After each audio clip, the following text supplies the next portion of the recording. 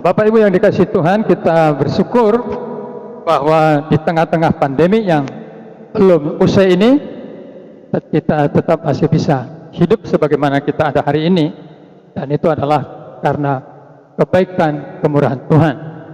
Tadi telah dibacakan dari Roma pasal 4 ayat 19 sampai 21, yang mana firman Tuhan itu menegaskan, meneguhkan iman Abraham yang mengalami mukjizat Tuhan di masa tuanya, karena dia tetap percaya kepada janji Tuhan, sebab Tuhan berkuasa menggenapi janji. Nah, firman Tuhan hari ini mau mengajar kepada kita, percayalah kepada janji Tuhan, sebab Tuhan berkuasa menggenapi janjinya. Dan firman Tuhan ini ditegaskan di dalam 2 Raja-Raja pasal 6 sampai dengan pasal 7. 2 Raja pasal 6 sampai dengan pasal 7. Untuk itu mari kita Bapak Ibu dengarkan pembacaan yang saya sampaikan dari 2 Raja-Raja pasal 6 ayat 24 sampai dengan ayat yang ke-29 terlebih dahulu. Nah, Bapak Ibu, di dalam ayat 24 sampai 29 di sini dikisahkan tentang situasi yang sangat sulit bagi orang Israel, karena mereka berada dalam pengepungan musuh yang sangat hebat. Saya bacakan bunyinya demikian. Sesudah itu Ben-Hadad, Raja Aram, menghimpunkan seluruh tentaranya, lalu maju mengepung Samaria. Pada zaman itu, kerajaan Aram adalah salah satu kerajaan yang kuat, besar, dengan pasukannya yang hebat. Dan mereka mengepung kerajaan Israel yang beribu kota di Samaria. Akibatnya Bapak Ibu dikatakan dalam ayat 25, maka terjadilah kelaparan hebat di Samaria selama mereka mengepungnya, sehingga sebuah kepala keledai berharga 80 sikal perak dan 1/4 kap tai merpati berharga 5 sikal perak.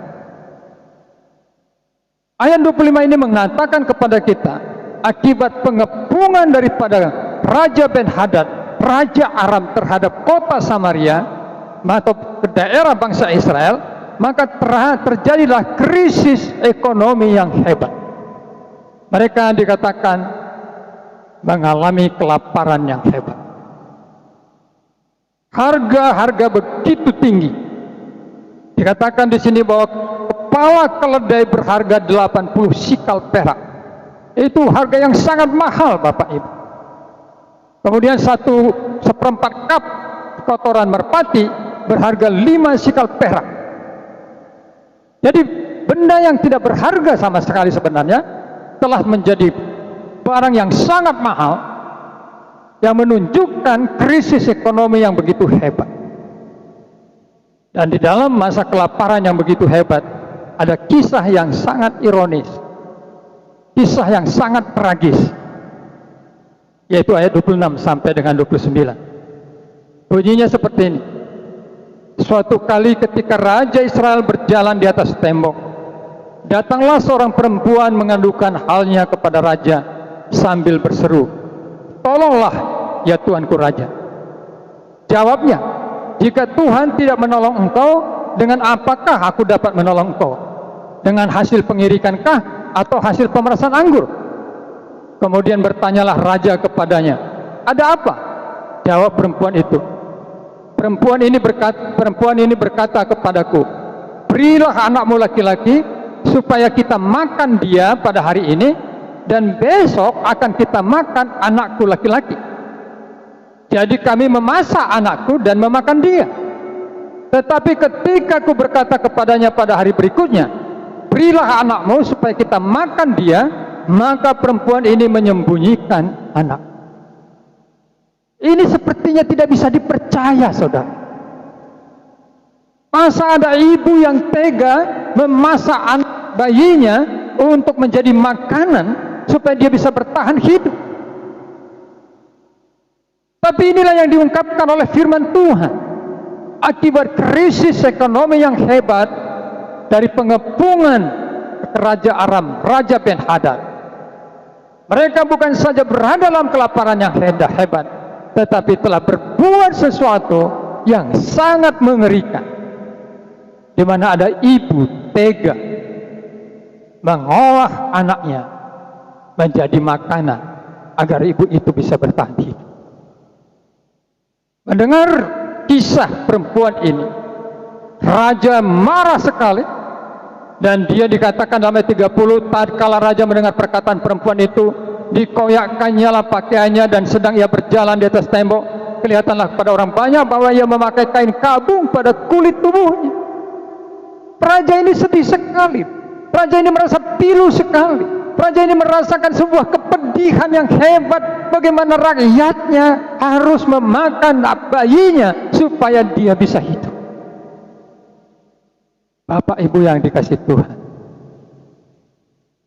kita berada dalam situasi yang sulit juga. 1 tahun lebih pandemi COVID-19 telah membawa banyak kesulitan dalam kehidupan masyarakat. Tetapi dibanding dengan kesulitan yang dialami oleh rakyat kota Samaria, kesulitan yang kita hadapi belum sampai seperti itu. Saya belum pernah mendengar bagaimana ada orang mengolah keluarganya supaya dia makan. Tidak ada. Ini adalah masa yang sulit, masa yang sukar, masa yang berat. Tetapi mungkin saudara merasa juga bahwa hidup saudara sekarang sedang berat. Ada tanggung jawab yang harus saudara selesaikan, tapi saudara tidak berdaya untuk menyelesaikan. Ada situasi yang berat bagi hidup saudara, usaha saudara, keluarga saudara, anak-anak saudara, dan saudara berkata, saya tidak mampu melakukan apa-apa. Itu pun sebuah masa yang berat. Nah, Bapak Ibu yang kasih Tuhan, kembali kepada firman Tuhan. Di dalam situasi seperti itu, raja akhirnya datang kepada Nabi Elisa. Itu disampaikan di dalam ayat 31 sampai dengan ayat 33. Lalu ketika raja ini menyampaikan kekecewaannya, menyampaikan kepedihan hatinya, mengapa Tuhan mengizinkan kelaparan yang hebat, kesulitan ekonomi yang begitu parah, dan terjadinya peristiwa yang sangat tragis itu, maka Nabi berkata seperti ini. Pasal 7 ayat 1, mulai dari 1 bunyinya begini. Lalu berkatalah Elisa, dengarlah firman Tuhan. Beginilah firman Tuhan. Besok kira-kira waktu ini, sesukat tepung yang terbaik akan berharga sesikal, dan 2 sukat jelai akan berharga sesikal di pintu gerbang Samaria.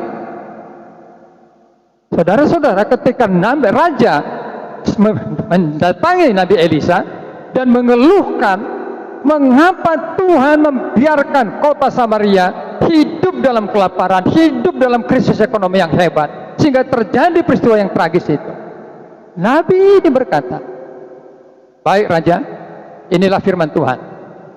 Besok, saudara-saudara, hari ini terjadi sebuah peristiwa di mana ada ibu yang mengolah bayinya untuk jadi makanan supaya dia sebesar tahan hidup akibat masalah ekonomi yang berat.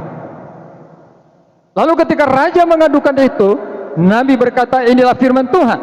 Besok. Besok apa saudara? Dikatakan seperti, kira-kira waktu ini sesukat tepung yang terbaik akan berharga sesikal. Coba mari kita bandingkan saudara. Ayat 25 pasal 26. Maka terjadilah kelaparan hebat di Samaria selama mereka mengepungnya, sehingga sebuah kepala keledai berharga 80 sikal perak. Ya, kepala keledai. Harganya itu saudara-saudara mahal sekali, karena harganya 80 sikal perak. Padahal kepala keledai itu tidak berguna. Itu kepala keledai tidak dimakan. Tapi akibat krisis ekonomi, barang yang tidak berguna itu harganya 80 sikal perak. Lalu firman Tuhan berkata kepada raja bahwa besok sesukat tepung yang terbaik akan berharga sesikal. Jadi saudara bisa bayangkan ini janji Tuhan. Kalau hari ini kepala keledai harganya 80 sikal perak, padahal kelapa keledai adalah barang yang tidak berguna, maka besok terjadi sesukat tepung yang terbaik. Rakyat sedang kelaparan, mereka butuh sukat tepung itu. Mereka butuh beras, kita pakai bahasa sekarang. Beras yang terbaik itu harganya 1 sikal. 80 sikal perak, harga dari barang yang tidak berharga, kepala keledai. Tetapi besok, beras yang terbaik, harganya hanya 1 sikal. Firman Tuhan ini mau berkata,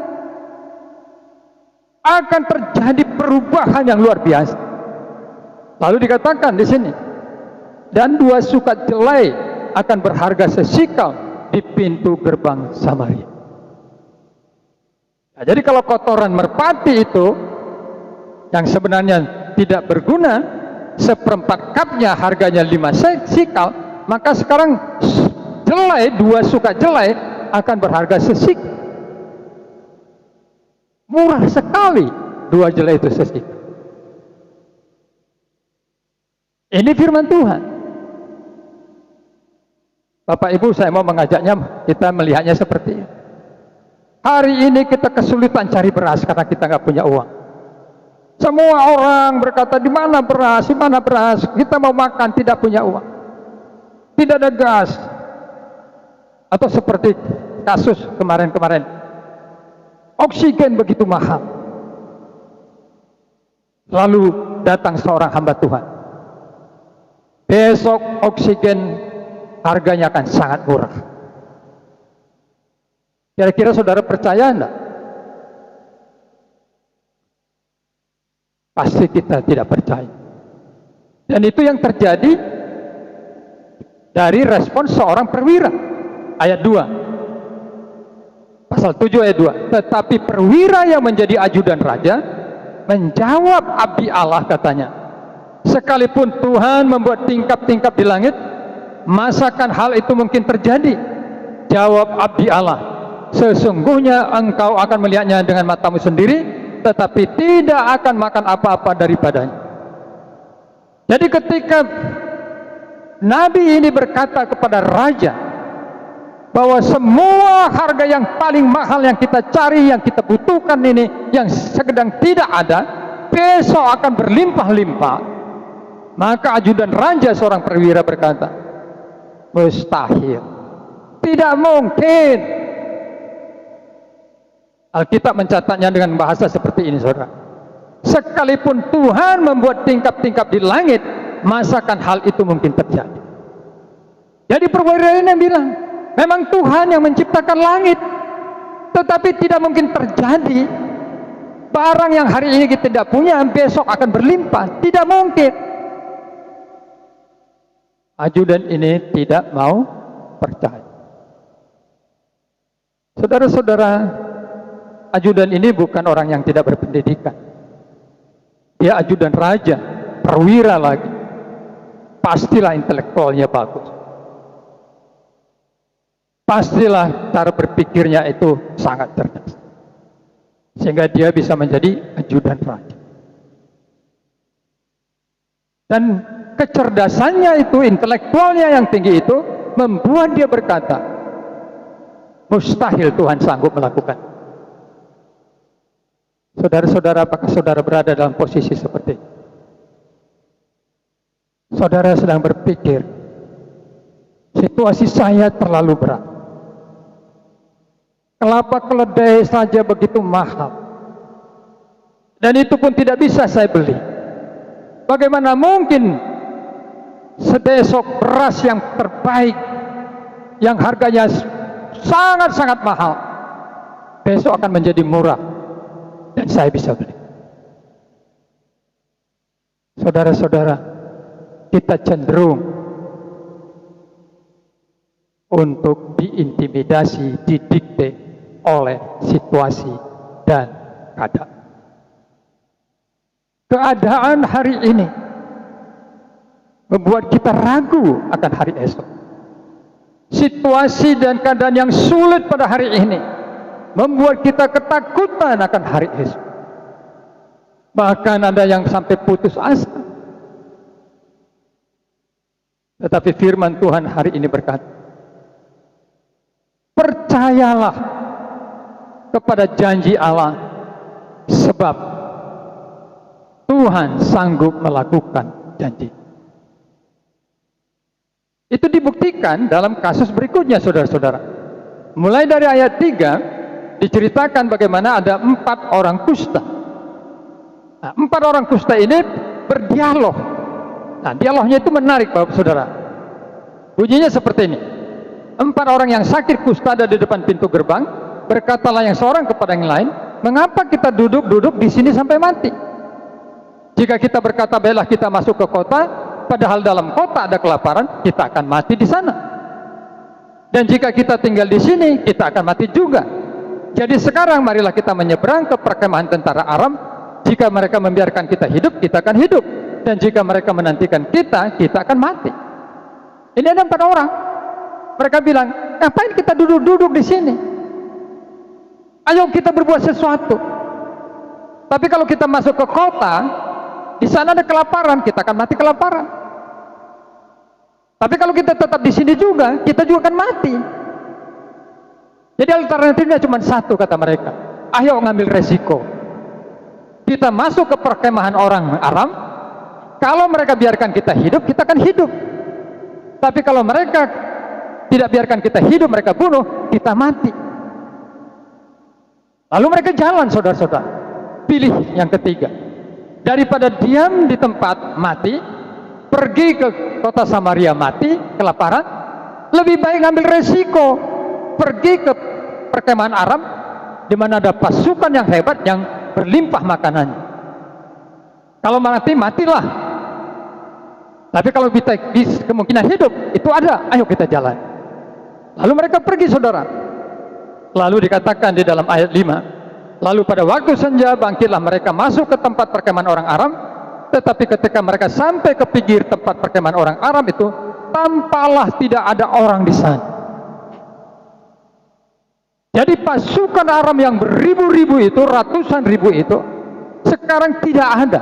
Tetapi perkemahannya itu tetap ada, kudanya ada, untanya ada, pakaiannya ada, perbekalannya ada. Ayat 6. Sebab Tuhan telah membuat tentara Aram itu mendengar bunyi kereta, bunyi kuda, bunyi tentara yang besar, sehingga berkatalah yang seorang kepada yang lain, sesungguhnya Raja Israel telah mengupah raja-raja orang Het dan raja-raja orang Misraim melawan kita, supaya mereka menyerang kita. Karena itu bangkitlah mereka melarikan diri pada waktu senja dengan meninggalkan kemah dan kuda dan keledai mereka, serta tempat perkemahan itu. Dengan begitu saja mereka melarikan diri menyelamatkan nyawanya.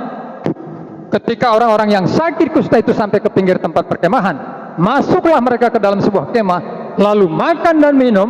Sesudah itu mereka mengangkut dari sana emas dan perak dan pakaian. Kemudian pergilah mereka menyembunyikannya. Lalu datanglah mereka kembali, masuk ke dalam kemah yang lain, dan mengangkut juga barang-barang dari sana. Kemudian pergilah mereka menyembunyikannya. 4 orang kusta ini masuk ke kemah. Wow, ada banyak makanan, katanya. Mereka makan sekenyang-kenyangnya, saudara. Lalu barang-barang yang berharga mereka ambil, mereka sembunyikan. Mereka masuk lagi, ambil lagi, mereka sembunyikan. Lalu akhirnya mereka sadar, oh, kita jangan egois. Ayo kita lapor kepada raja. Lalu mereka lapor, saudara. Lalu dikatakan di dalam ayat yang ke-15 sampai 16. Lalu pergilah mereka menyuruh orang-orang itu sampai ke sungai Yordan, dan tampaklah seluruh jalan itu penuh dengan pakaian dan perkakas yang dilemparkan orang-orang Aram pada waktu mereka lari. Terburu-buru kemudian pulanglah suruhan-suruhan itu dan ceritakan hal itu pada raja. Ayat 16. Maka keluarlah penduduk kota itu menjarah tempat perkemahan orang Aram, karena itu sesukat tepung yang terbaik berharga sesikal, dan 2 sukat jelai berharga sesikal, sesuai dengan firman Tuhan. Saudara-saudara, apa yang tadi yang dikatakan oleh perwira ajudan raja, tidak mungkin Tuhan bisa melakukannya. Mustahil Tuhan sanggup melakukannya. Tuhan pasti tidak bisa melakukannya. Firman Tuhan ini berkata, Tuhan sanggup melakukannya. Apa yang disampaikan oleh hambanya Nabi Elisa, bahwa besok akan terjadi perubahan 90 derajat Celcius. Maka, kalau derajat pakai Celcius tidak ya? Nah, saudara-saudara, dari harga kepala keledai yang tidak berharga, yang mahal sekali, menjadi begitu murah beras yang Lalu saudara, ayat 17. Adapun raja telah menempatkan perwira yang menjadi ajudannya itu mengawasi pintu gerbang, tetapi rakyat menginjak-injak dia di pintu gerbang. Lalu ia mati sesuai dengan perkataan Nabi Allah yang mengatakannya pada waktu raja datang mendapatkan dia. Ironis, orang ini melihat apa yang dia katakan Tuhan tidak sanggup lakukan, dia lihat sekarang Tuhan sanggup lakukan, tetapi dia tidak menikmati. Dia mati terinjak-injak orang. Saudara-saudara, pelajaran apa yang kita bisa dari sini pelajari? Pertama, dan yang paling utama, Tuhan berkata, percayalah kepada janji Tuhan, sebab Tuhan sanggup melakukan janji. Abraham sadar betul di masa tuanya, tubuhnya sudah lemah, dia tidak mampu lagi untuk membuahi seorang wanita. Di dalam situasinya yang tidak mungkin lagi membuahi seorang wanita, dia tidak ragu janji Tuhan. Dia tetap berpegang teguh kepada janji Tuhan yang berkata, aku akan menjadikan engkau bapa bagi banyak bangsa. Dan karena imannya teguh dan percaya akan janji Tuhan, percaya Tuhan sanggup melakukan, berkuasa melakukan janjinya, dia diberkati. Dalam usia 100 tahun, istrinya 90 tahun, mereka dikaruniakan seorang anak bernama Ishak. Anak perjanjian, bukan Ismail, anak kedaging, tapi anak perjanjian. Bapak Ibu yang kasih Tuhan, kalau hari ini engkau berkata, situasi saya, keadaan saya tidak mampu berbuat apa, ambil langkah seperti orang kusta. Daripada engkau tidak bisa berbuat apa-apa,